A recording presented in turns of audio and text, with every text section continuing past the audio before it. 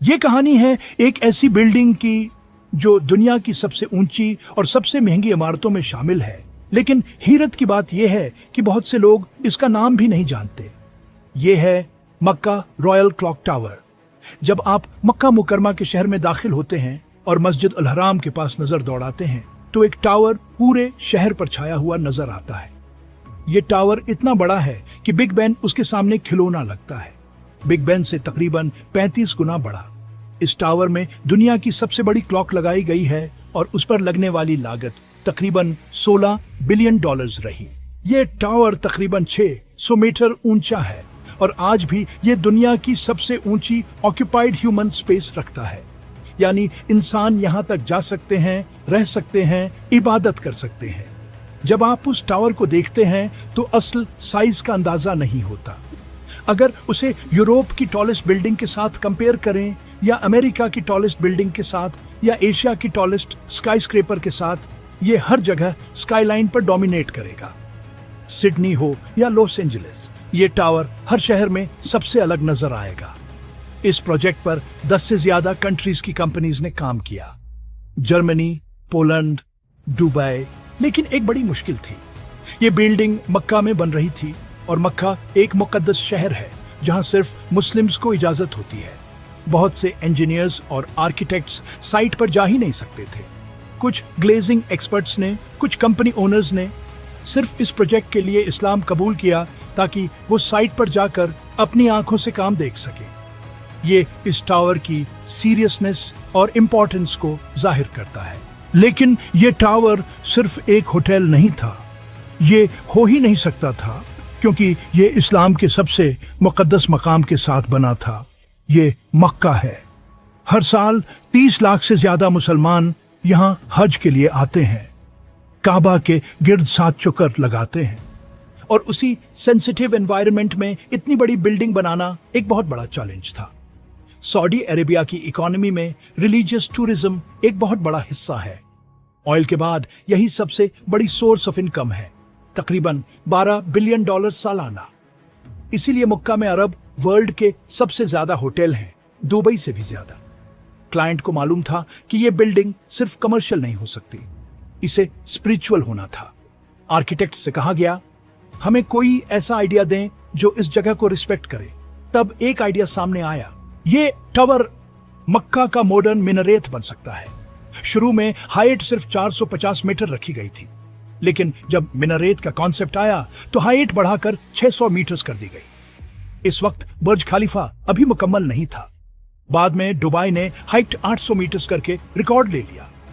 लेकिन सऊदीज यहां नहीं रुके। इस्लाम में टाइम बहुत अहम है। नमाज दिन में 5 वक्त होती है, अजान मीनारेट से दी जाती है।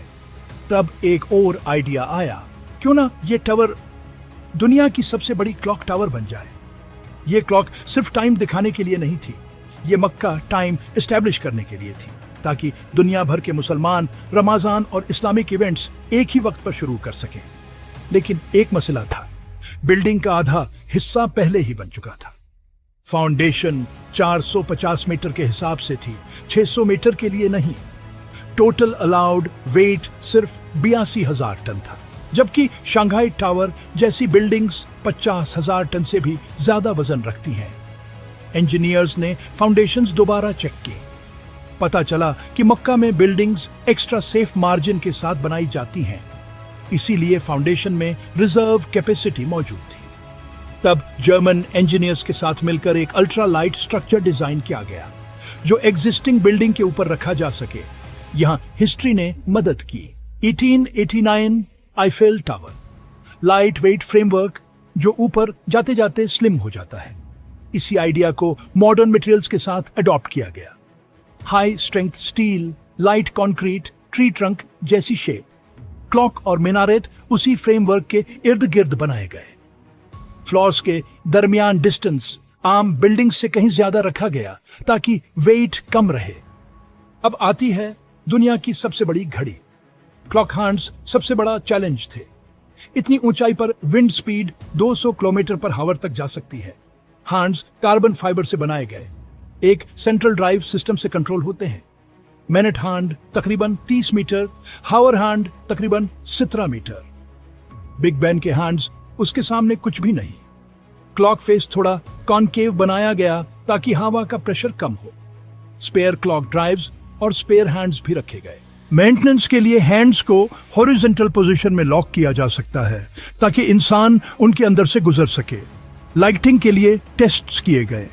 आखिरकार ग्रीन और व्हाइट कलर्स सेलेक्ट हुए क्योंकि ग्रीन लाइट ह्यूमन आई में ज्यादा शार्प नजर आती है। टावर पर 2 मिलियन से ज्यादा LEDs लगाए गए। गर्मी की वजह से कूलिंग सिस्टम खास डिजाइन किया गया, वरना LEDs जल्द खराब हो जाते।